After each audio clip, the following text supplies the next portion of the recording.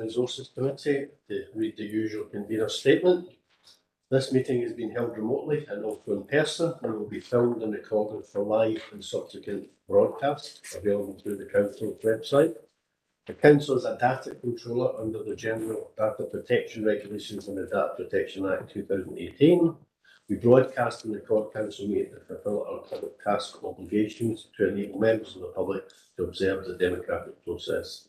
Data collected during the process will be retained in accordance with Council's published policies available through the Council's website.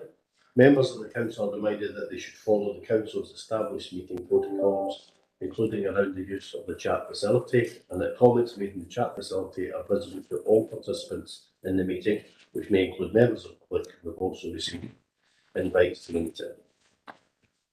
Okay, that takes us on to item 1, apologies, substitutions and declarations of interest. Do we have any apologies or substitutions? Convener, no apologies or substitutions. Okay, we'll go to a roll call.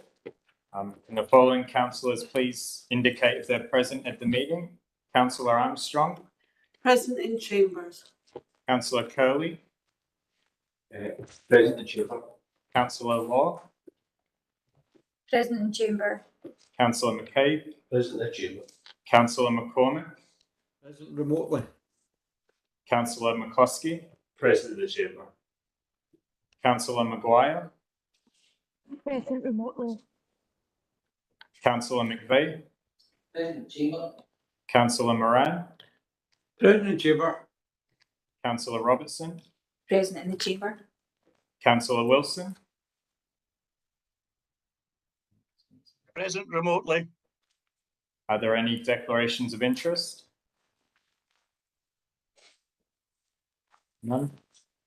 Okay, I hope you had a good lunch, Councillor Wilson. I hear prawn cocktail was the starter. Yeah, I had a lovely big prawn in the middle of it, which was nice. I Excellent. didn't have time to finish the cold chicken salad. It was a past captain's do. There was 24 women and 12 men. Well, right, we'll just end it there before we go any further. Okay, right, moving swiftly on to item 2, 2022-23 revenue budget composition. Alan? Thank you very much, Convener, and good afternoon, everyone. This report covers the initial position of the approved 2022-23 revenue budget and provides updates in respect to the number of factors impacting on the level of the general fund reserves, including an error identified in the prior year accounts. As part of the 21-22 accounts preparation, reserves are projected to be above the £4 million minimum level approved by the council, and the report provides more details on that. The report also advises that the council's 22-23 pay and non-pay inflation allowances are likely to be exceeded, thus resulting in the next monitoring report reporting a deficit on the current year, and this will also impact on the 23-24 budget funding gap.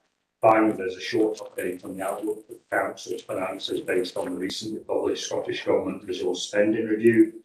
The estimated impact has been factored into the revised financial strategy due to be considered by the council next week, and I'll have to answer any questions. Okay, thank you, Alan. Any questions or comments, Colin? Councillor Cullen. Thank you, Convener. Thanks, Ian. Just on that about the objective deficit that will be reported next time, what impact will that have on the £4 million projected reserve balance, and what would be your impact of that going forward? Okay, Alan? Thank you. I mean, at the moment, the council approved £4 million to balance the budget. So if we have a deficit, that will increase the use of reserves, which, as things stand today, there's a few ifs in there. It would bring the reserve below their recommended minimum balance, which, in line with the reserves policy, would require the reserves to be brought back up to that balance in the next 3 years. So that would require more budget cuts, is the short answer. So just like something to just confirm this. So we could take action over the next 3 years to try and bring it back up to the £4 million recommended minimum free reserve. That bit of it, yes, but at the moment, let's say that the figures I've got in the financial strategy are that there is likely to be, or there's potential for there to be about a £3 million shortfall in inflation allowances, that would have to be addressed as part of next year's budget and add to the funding. So just to clarify, Alan, that there are two £4 million, right? There's the £4 million which was being used to sort of balance the budget, and there's the 4 million rainy day reserve. And if we have to eat into that second 4 million in this year as part of looking at the budget, maybe over 2 years, we'd be looking to get that back up to 4 million. Through you coming that's exactly right. It's the well-trodden path of the law of big numbers. A number of times it's the same number I'm referring to, it's for a different use. Yes. Okay, any other member? Okay, Councillor McVeigh, Tommy. Yeah, thanks for that. Alan, on 6.2, some of you guys want a lot of questions that I want to got. We distribute funding, everybody else, maybe that's a factor in how the 1.165 million missing, just trying to understand how that happened. What did to fix it and what we're doing to prevent it happening again. And maybe that falls on the £140,000 for local government license, so that maybe not hearing that, maybe reason that one, but some background on that. Alan? Yeah, thank you. Yes, it's highly unusual for an error and to occur and then be an error of this size, and it's to do with the movement between usable reserves and non-usable reserves, which is quite a complicated area, which is why it wasn't picked up and it flowed through the accounts. You obviously just clarified that no actual money's been lost, it wasn't there in the first place, but there was always a risk that members were going to take decisions to spend money they didn't have, and that's the issue. And the reassurance I'm trying to give in 6.1 is that because of the projected larger underspend last year and the proposed write back of the COVID reserve, that the reserves will still be above the minimum level when we close this year's accounts. We've obviously got extra checks and balances that have been built into the year-end accounts closure process to ensure that that doesn't occur again.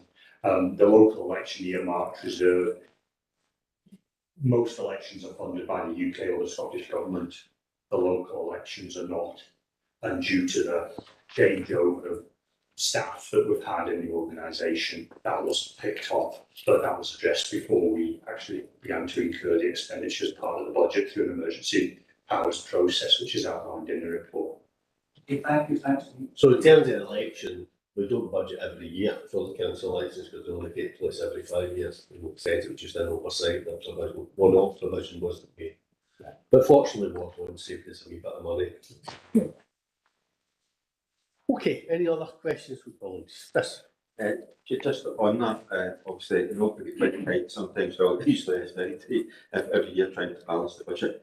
I'm just wondering whether it's something we want to try and create a reserve where we pay in every year to pay for the elections, because also generally come around every 5 years, as you say, and maybe something just to, because £150,000 we do tend to, that's something what the managed we do tend to fret about.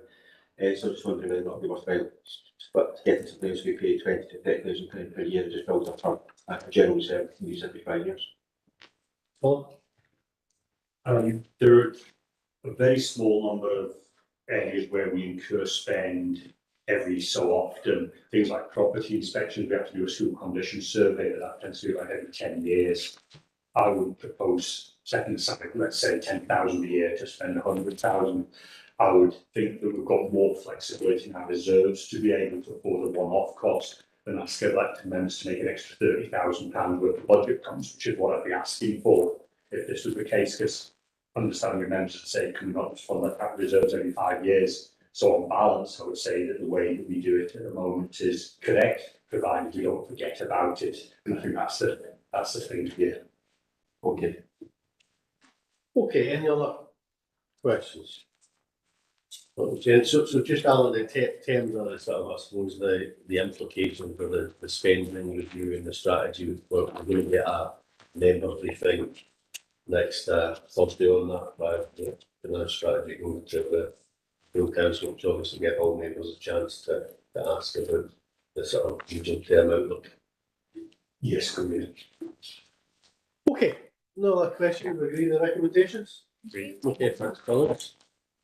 Okay, that takes us on to item 2, which is reporting resources capital budget on the 2021-25 capital programme again, Alan.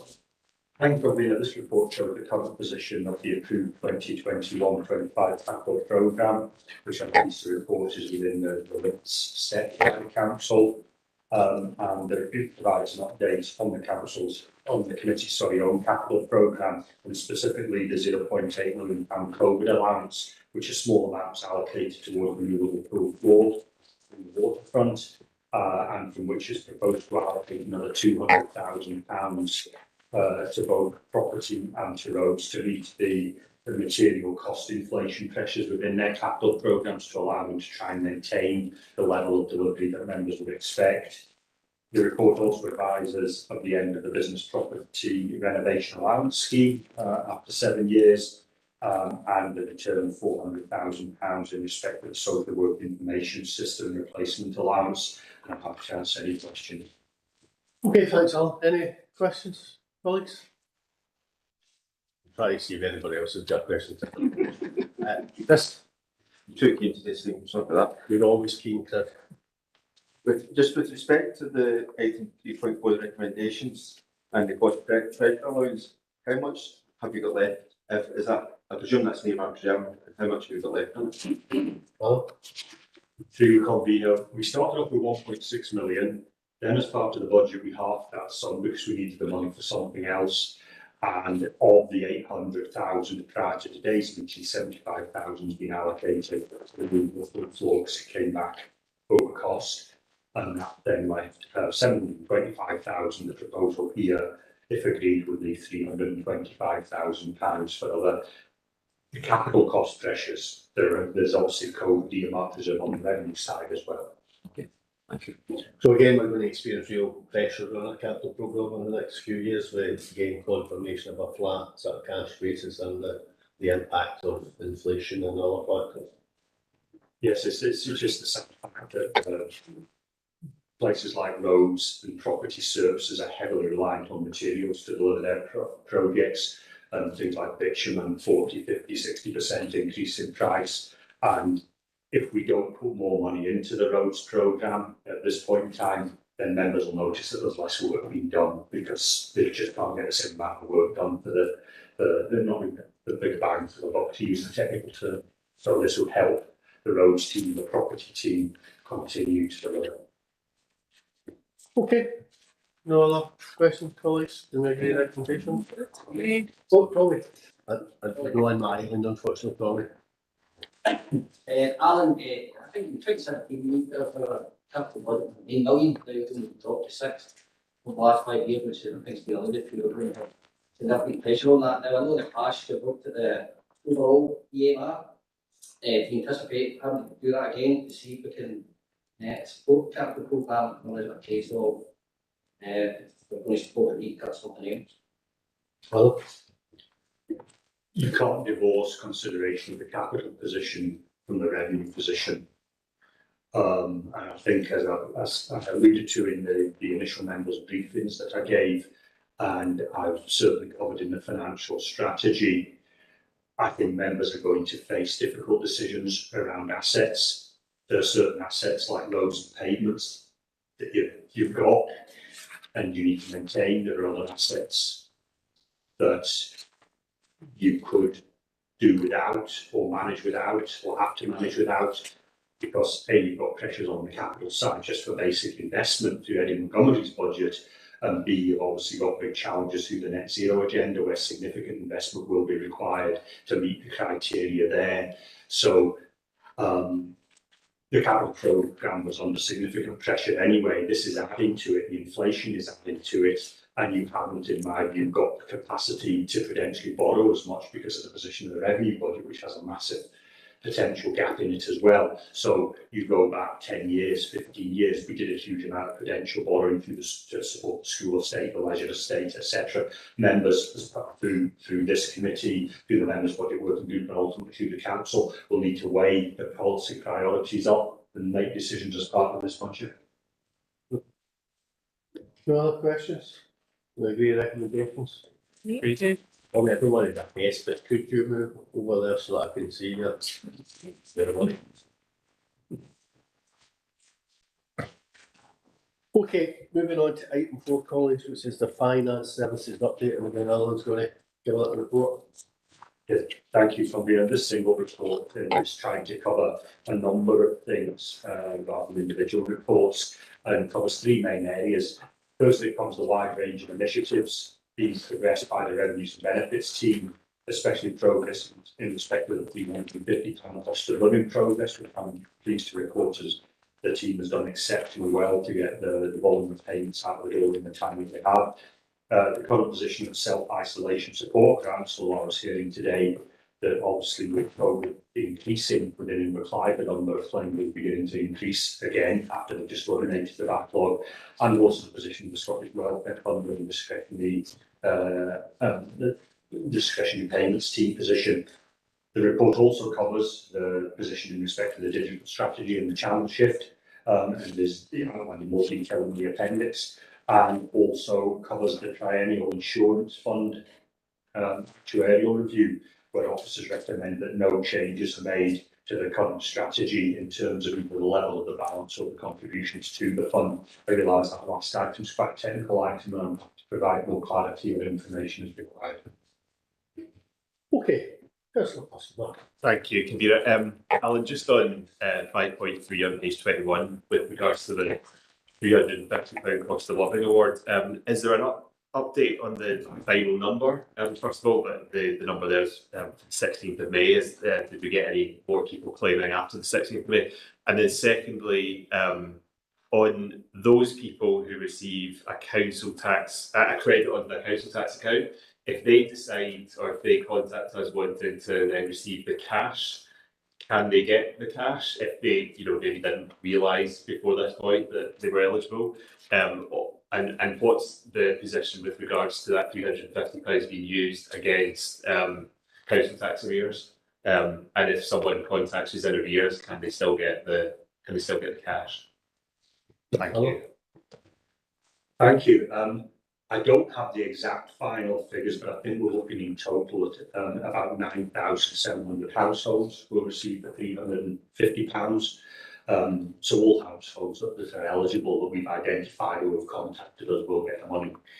The vast majority have received actually a payment into their bank accounts. I think there's just over 1,000 that were credited to their council tax accounts, and they have, if just due to an oversight or whatever, they haven't given the council the bank details that allow us to make a payment to the accounts, that irrespective of whether they've got council tax arrears or not, provided they approach us by the 31st of July, they will get the money paid to them. After the 31st of July, it will go into their council tax account and stay there and either generate a credit if they're up to date, or go against arrears if they've got arrears.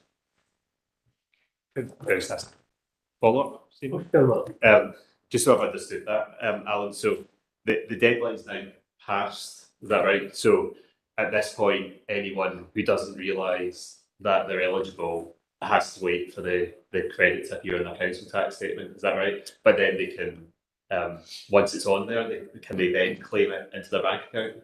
Yeah, great, thank you, that's clear. Or just clarify, everyone who's eligible has been written to at least twice by the council, so they should know they're eligible. And separately to that, sometimes the councils will receive requests in respect of people who didn't get a letter, who felt they were eligible, and that's highlighted a couple of cases where we've also approached those individuals as well. Great. So yeah, the scheme is now finished, but I think the council has hopefully, in the eyes of councils, achieved what it wished to achieve by making these payments into bank accounts in the vast majority of cases, and particularly continuously, as well as to get them all through the system. Yeah, absolutely. A lot of good work. On behalf of your staff, Alan, if you could thank them for us. Elizabeth? Thanks, Convener. I would echo those comments as well. I think we've managed to do a tremendous amount of work through the team, so absolutely echo those points.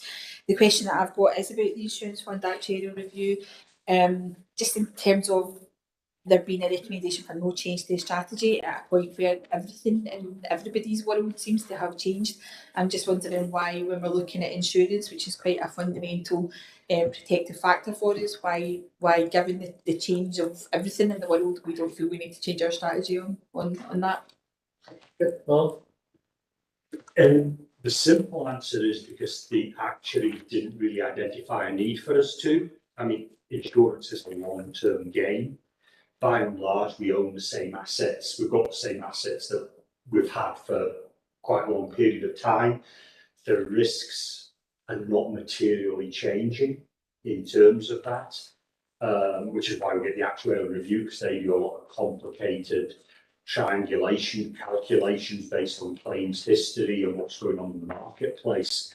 The council has got a healthy level of fund balance. That's been a conscious effort to build that up, but we also carry a lot of self-insurance. So we self-insure the £30 million of any building damage.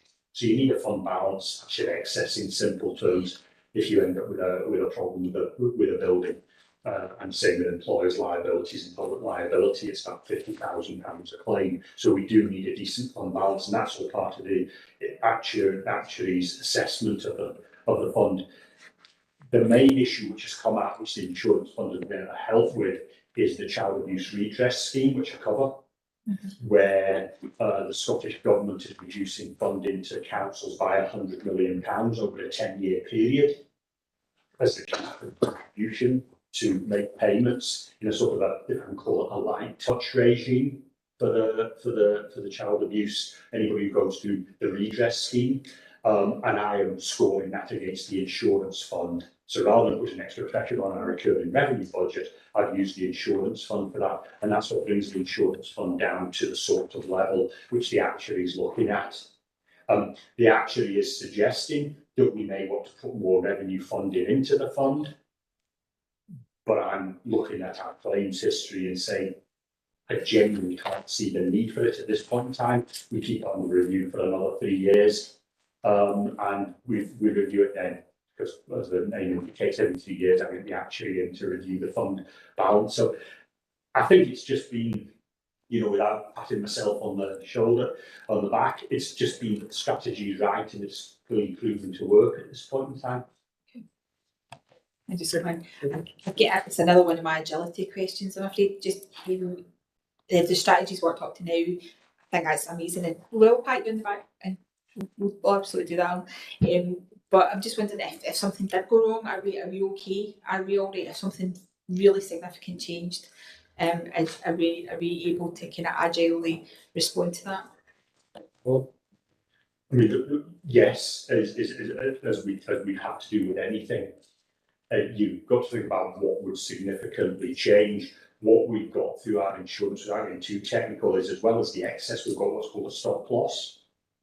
So stop loss, let's say, on properties is £3 million. So if in any insurance period we ended up, heaven forbid, with 3 claims against the property insurance fund of £1 million, and in all my time in this council, all the time since reorganisation, I think the biggest claim we had was when we lost the Burns Road social work office, probably in the mid-90s. That's the biggest property claim we've had, and that was about £400,000. But if we ended up with more than £3 million worth of excesses having to pay, then the insurer pays that. So that gives us some resilience. It's not open-ended what the council's exposure is. And you've got the same on employers' liability and public liability as well. So there's almost like insurance on top of the insurance. But if we have to deal with anything, then I would absolutely bring a report back to this committee saying there is an issue here. The fund balance has got to be down below an acceptable level, and then we need to decide how we dealt with it. Do we feel contribution to reserves, or we increase the revenue contribution and add more pressure onto the revenue budget? But at the moment, this is one area where I think the council can steady hand on the tiller. Thank you. And you are looking to do this as well, so I don't need to put more money into that. But there is talk about the insurance market, the cost of insurance going up. So that potentially impact on us in the way cost of everything. Yeah, well, I mean, yes, is the short answer. I think there's been action taken to sort of moderate that. We did see quite a bit of increase in premiums and withdrawal of people from the market about 5-10 years ago, but there's now more players in the market, and that makes it more competitive when we go out to tender, and we go out to tender every 5 years. So that then helps as well. Okay. Any other questions? Chris? Thank you. Dave, just with respect to on insurance, I'm just sort of looking in the future, and then obviously we're using the fund to effectively self-fund itself at the moment.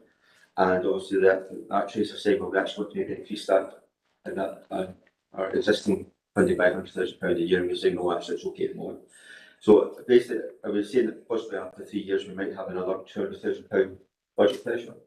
If you need to sort of like properly fund this from revenue, as opposed to using the fund itself to the excess in the capital to actually fund on revenue. Well, At the moment, the members previously, a number of years ago, back in 2019, took a decision to use the insurance fund to fund £100,000 a year for 10 years to keep premiums down. And that's factored in, which is another reason why we say our balance is fine. It looks large, but we've got plans to utilise it. So any pressure that would come through in 3 years' time on the basis of this, if the actuary arrived at the same assessment, would be £100,000, not £200,000, because 100,000 of it's all already baked in. But the 47.2, I've sort of said, we're tied into that for 29/30 with the insurance fund providing support to the revenue budget. At the moment, we've got a plan that saves us, typically say for 10 years, but if that's just come back, we might have to shorten that plan considerably, then look at a possible budget pressure going forward. yeah, my colleague, councillor Clocker, if he was still on this committee, he would be saying, oh, and that 4.2 million looks a bit nice. Okay. Any other questions? No? Okay, we'll give you a recommendation. Okay. Right, that takes us on to item 5, corporate policy and performance update report, and Lorna's going to speak to that report. Good afternoon, everybody. So this report really focuses on the CDIP, the Corporate Development Improvement Plans Progress Report, in 2 parts. The first is end of the year report in relation to finance and corporate governance and organisational development policy and communications, and that ties into Appendix 1. And part 2 of the report covers updated plans for 22-22, and they are Appendix 2 and Appendix 3 for your information. So these go to their own related committees for approval, and this committee is asked to approve the corporate services elements of these plans, and specifically the list at paragraph 6.2. And the recommendation this afternoon is note the progress to date, approve the improvement actions for 2022. Thank you. Happy to take any questions. Okay, thank you, Lorna. Any questions, comments from colleagues? Liza? Thanks, Camilla. Just looking at the second recommendation, the 3.1b, and as approving the improvement actions for 22-23 as detailed in the refreshed service area CDIPs. I'm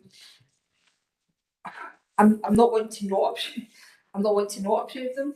However, looking at them all, I'm worried that there's some things there that are not actually improvement actions, they're business as usual.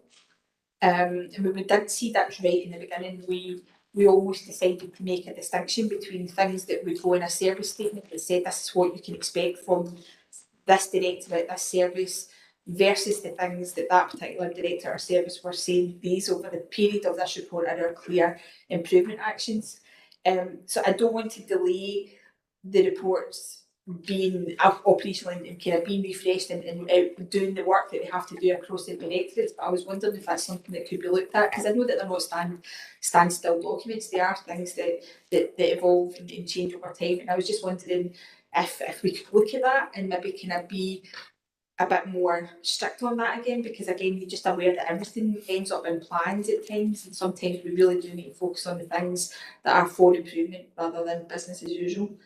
Okay, I'll maybe bring a corporate directors in a minute, but just to be clear in terms of the process, so these director improvement plans have been to education, communities and environment regeneration, and they have essentially approved the actions which are within the remit of those committees.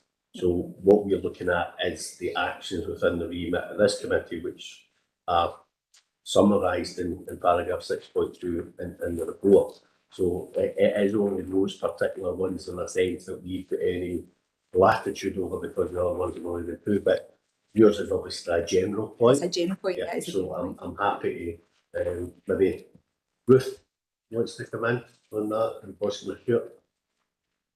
Yes, and Councillor Robertson makes a good point in his form. We've also had discussions with behind the scenes, looking at what's an improvement action, what's business as usual, and also what's halfway between.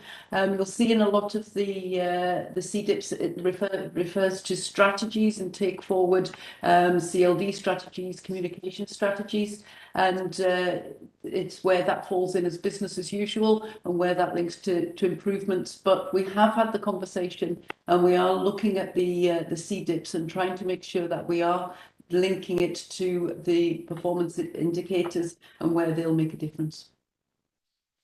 Okay, and obviously we're back in the process of reviewing the corporate plan, etc. So I think that's a good point to feed into that process.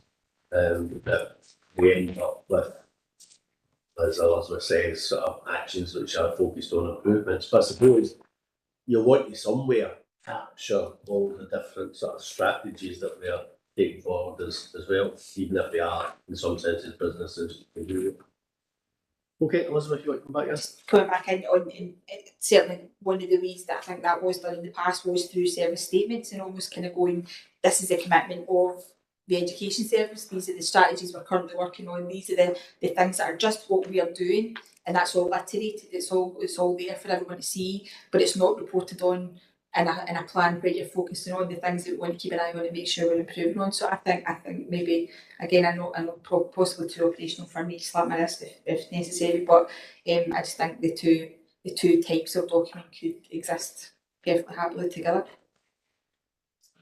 And Louise wants to come in? For yourself, Convener, we have been looking at the corporate plans, and it's difficult because obviously we had partnership recovery plans, we had the COVID plans, we had the CDIPs, and so we've got a year. Last year we had 3 plans that we were working to, and we're trying to amalgamate, make them together. We've tried not to talk about strategies and things like that, but the tangible things that the directors need to lead this year as we go into a new Lloyd and a new corporate plan. But we'll pick up. I'm not sure about the service statements, we've had a lot of discussion about it, but we'll pick up the process and we'll speak to members, and you'll know that we have a development session with members to try and look at what are your priorities, so that also feeds into some of your thoughts in relation to our strategic plan. But happy to pick it up as part of the process. Okay. You okay with that, Elizabeth? Okay, Pam? Yeah, I just had a little question in Appendix 2 at the bottom, page 61, about waste recycling households, and I really just wondered why the target is 50% when we've exceeded 50% in previous years. I understand obviously it was lower during the COVID epidemic, but I wondered why it's 50. That just fits neatly into the point I just made earlier, that Okay. actually that very same question was asked by Councillor McCluskey at the Environment Regeneration Committee. But I'll give you a bit of latitude on that one since you're new to the committee, and I'll ask Stuart to maybe pick that one up. Thanks, Convener. Councillor Armstrong, you're absolutely correct. The reduction in waste recycling rates was brought about by the pandemic. Members will recall that at the beginning of the pandemic, we were only collecting residual waste. We were not collecting recycling, and indeed our recycling centres were closed for a large part of the pandemic. Since the lifting of restrictions, we've been encouraging people to get back to recycling. We will not know last year's figures until they're published by SEPA on the Waste Data Flow website. You'll recognise that we've got to be realistic in our targets, and we believe that 50% is a realistic target as we get back into a more normal situation, and recognising that as we go forward, happy to stretch targets if that is appropriate. Okay with that? Thank you. Bravo. Okay, any other colleagues got any questions or comments? No. Okay, with the qualification that Elizabeth Weathers will have to agree recommendation. Okay. Are you speaking that, Councillor Watson? Go ahead, for me so far. Okay, item 6. I agreed with you, Convener. Thanks very much, Councillor Watson. Okay, item 6, refreshers of delivering differently programme. Alan, to the speaker. What? Thank you, Convener. The delivering different programme is presented to the policy resources committee in January usually in November. But because of the progress that has been made, the fact that we've got a new council and we've also got a significant piece of work to be commencing in terms of the budget, officers believed it would be useful to bring a proposal to refresh the programme to this committee to allow officers to commence work. So the report seeks approval for a refreshed programme with a short pro forma supporting each of the proposed projects attached to the paper. The report seeks continued delegated powers for the Chief Executive to progress voluntary early release trawls on the basis that no decisions are taken regarding the release of any employees without report to the relevant committee and relevant officer that have a chance to send questions. Okay, thanks, Alan. Any questions from Colin?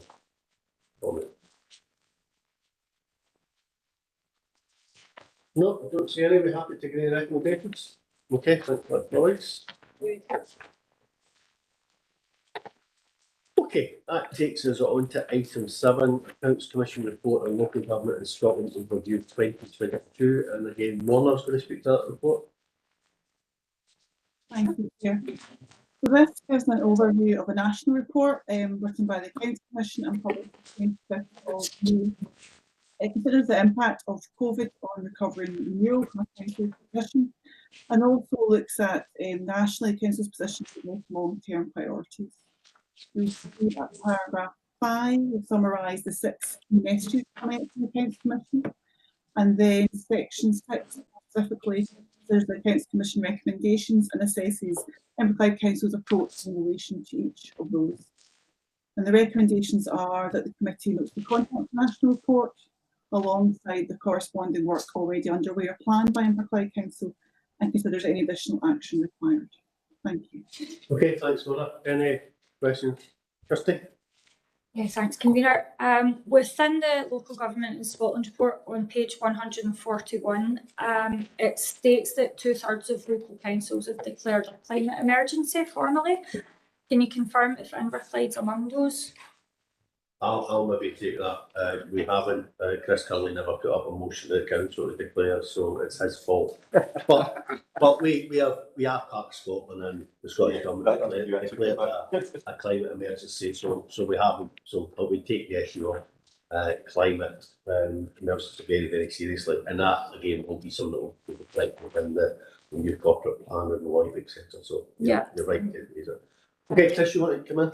Yeah, just on that, obviously I took a view on that, especially with colleagues, that whether or not there was any merit of doing that because we've had the UK government declaring one, we've obviously in the UK, we're in Scotland. But I was just wondering, are we losing out from funding with respect to not ourselves to declare the climate emergency? The officers advise if there's any funding that we're not getting because we haven't ticked that box. Okay, I'm going to turn to my expert on the climate emergency, Stuart. As Convener, I can reassure the committee that I'm not aware of any funding that we're missing out by having not declared a climate emergency. So if we want to declare one this afternoon, we could just declare it anyway.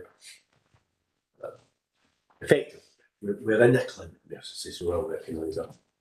Okay, any other questions, colleagues? Elizabeth? Thanks, Convener. So I'm looking at recommendation 3.1c, considering any additional action required, which sort of ties in with 6.4, Yep. where the council will already take positive action. Members may wish to discuss any additional work required. I'm just wondering if we do, how we're going to service that, how we're going to have that discussion. Okay, I don't know, Lisa, you want to pick that up? Through yourself, Convener, obviously next week we've got a session with the elected members in relation to what your priorities are and how they fit. The CDIPs have got some work to take the climate emergency and net zero, and there will be a lot of work that you might want us to do between now and the new corporate plan. And so it's making sure that we are picking up from members and get some direction, particularly before we go out and speak to the communities, because we're likely to engage with the communities and early autumn, asking them what the priorities are as well in order to try and shape those things together. Happy that I'm aware there's probably one lens that we want to look at everything through, but not the entire lens. And I'm just hoping that we're able to kind of have a discussion through this lens and amongst the others that we. Yeah. Okay, any other questions or comments? Yes. Sorry, a lot of this just going to be second. Obviously, I've noted in section 6.2 that the council is, in this paper, we identified what we are doing. I'm just wondering, and maybe similar to this point I want about stretching these things, because we've been doing a lot, but I suppose I think the challenge would be, can we do more? So I think I'm just wondering, it obviously comes down to the continuous improvement. So I'm just wondering, is there, we've also, for instance, the members of team management need to work together to drive change, make decisions, deliver recovery and renewal. And you're correct to say there are strong working relationships with the members and officers and clear governance in place to deliver as outlines in the standing orders of scheme administration, which is a perfect technical and good statement. But I'm just wondering, is there, if we look at and say, is there any improvements we can make, or if we're thinking, well, actually we're fine, we're great, we're looking at how everything's done, we're Scotland leading with respect to our relationships with officers, the officers and elected members, or do we actually think, well, actually there's a good challenge to try and make things better? I'm just wondering whether or not that's not. Perfectly fair question, and one asked at the agenda, so I'm going to bring a chief executive in. But thank you very much. And through yourself, convener, there's a paper going to council next week that looks at, as part of that, looks at the political decision making, but also talks about us taking about what has worked well in relation for members and what they think could have worked better, and also for officers. And that's because we're making some changes, but also if we want to do continuous learning and continuous improvement, we just need to take more time to reflect at different points in the period. But that'll be Ian's letter, Ian's report to council next week. I think the reality is for elected members, we will have the opportunity to different forums to engage with other councils and councils from other places, and if we see that there's good practice from elsewhere, we should be bringing that back and having discussions with officers. I mean, I'd be that sort of similar discussion I think at the Alliance Board yesterday, where we're talking about how do we learn from good practice elsewhere. I think we do a lot of good work as a council, and we shouldn't be shy about saying that, but you can always improve, you can always find new ways of doing things. So if people have got ideas and suggestions, feel free to feed them in. We're going to have that session next week, but equally it's a continuous process of coming up with a new idea. Okay, any other comments or questions? No? Okay, thanks for that. The recommendation. Okay, we're going to move on to item 8, which is the pregnancy loss pledge, and Angela Rainey's going to speak that. Angela? Thank you, convener. Good afternoon all. The purpose of this report is to request that the council signs up to the pregnancy loss pledge, which was launched by the Miscarriage Association charity in September 21. Under 4.3 of the report, we outline the requirements of employers before they can sign up to the pledge. And section 5 outlines our current provisions regarding parental bereavement leave and also the support that we offer our employees. The recommendations of the report suggest that we sign up to the pregnancy loss pledge and enhance our current provisions of parental bereavement leave, offering all parents 2 weeks full pay if they suffer pregnancy loss or a loss of a child up to the age of 18, regardless of their earnings and also their length of service. And we're also recommending a review of wider HR policies and procedures. Thank you. Happy to take any questions. Thanks, Angela. Kirsty? Thank you, convener. I've got no question as such. I just wanted to publicly put on record how much I welcome this proposal. Having personally experienced early pregnancy loss, I think it's important to acknowledge that it's not just over 24 weeks, that it has an emotional effect on people. And also it's heartening to see that men are included within this provision, because often they're overlooked in these situations too. Thanks for that, Kirsty. I appreciate it. Any other comments from colleagues?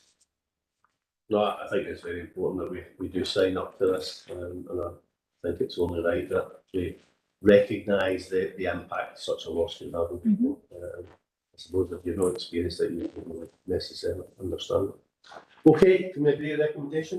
Agreed. Right, okay.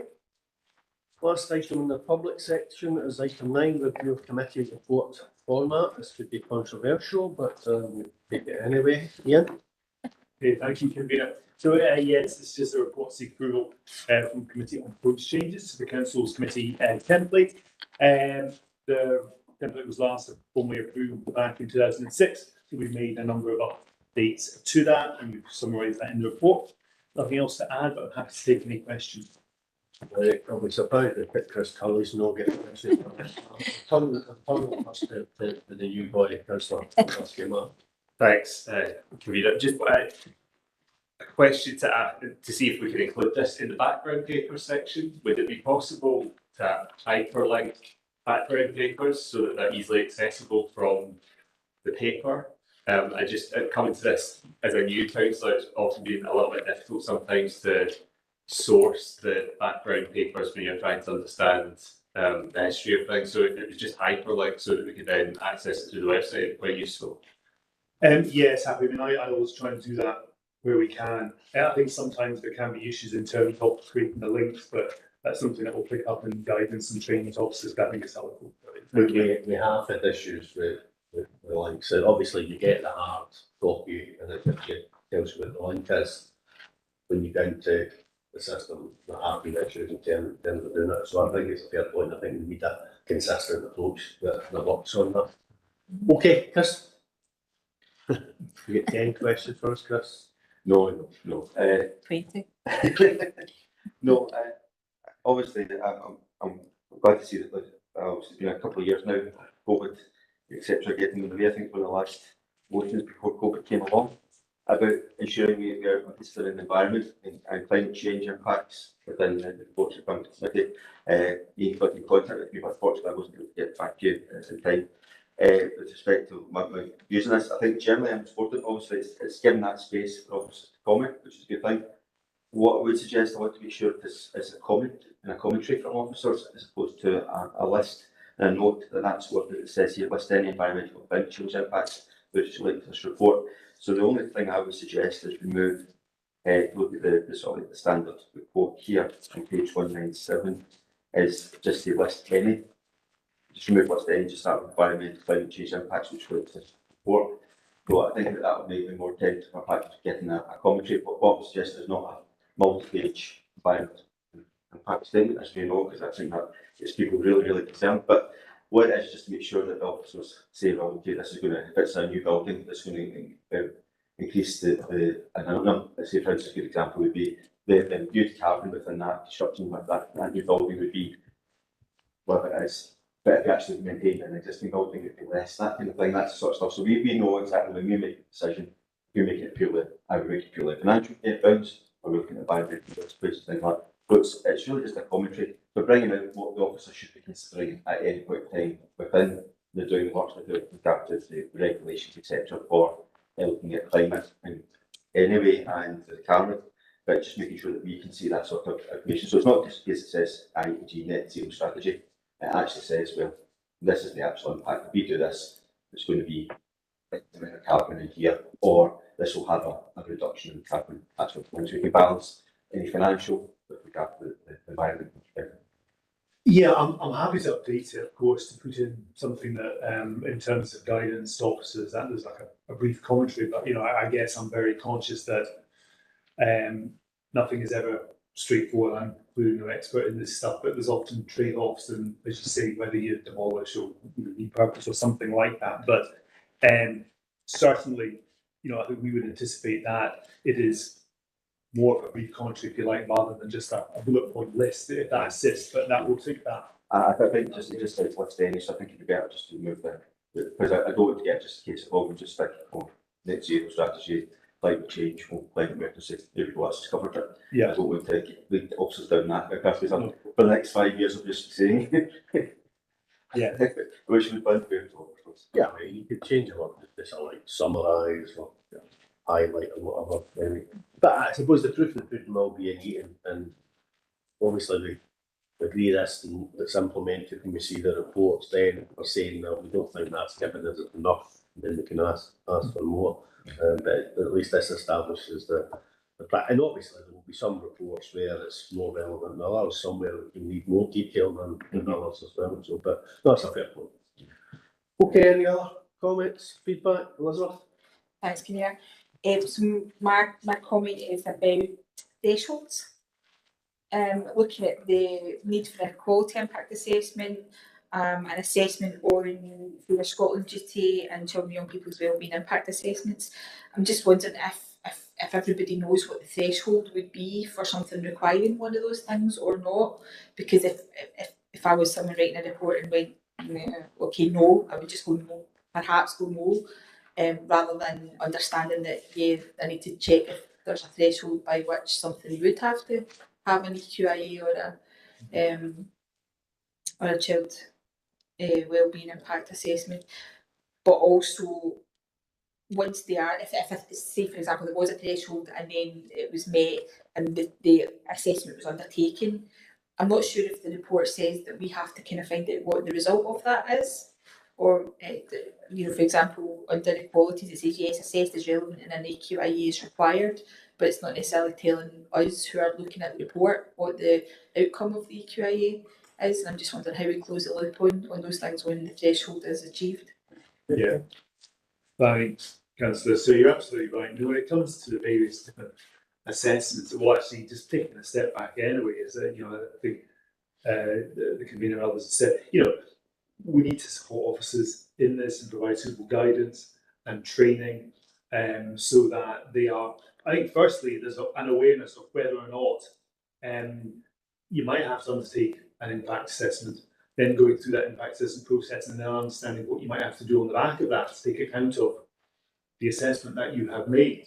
And you're right in that, so when reports come forward to you and an assessment has been carried out, there should be a link to that, which will be on the website so that you can have a look at that. But from my perspective, I would expect that where there was particular issues raised in that you then had to go and incorporate or take account of in whatever is being put forward to committee, that I think would be helpful for that to be drawn out in the committee report, rather than an expectation that either you have to look at that yourself or that you're taking it as read. Okay. So, I think we probably need to do a bit more about that, but my priority will be to make sure that we make sure that officers preparing reports know what they should be doing and when. Does that help? Is that okay to come back and say? Yeah, of course. It really does help, thank you.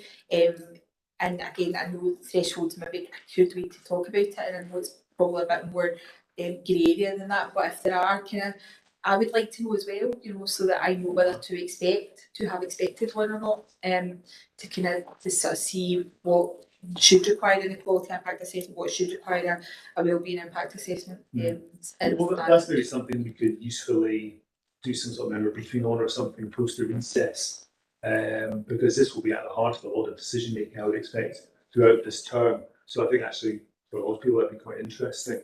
I would also suggest that obviously the intention is that there'll be training for officers and guidance for officers. I think a session for the members on specifically those aspects of it would be helpful as well. Because we don't get enough training in this kind of thing. Okay, any other comments from members? No, okay, we're happy to agree with the recommendation. Okay, thanks a lot. Right, that is the end of the public business. So I'll move the resolution to exclude the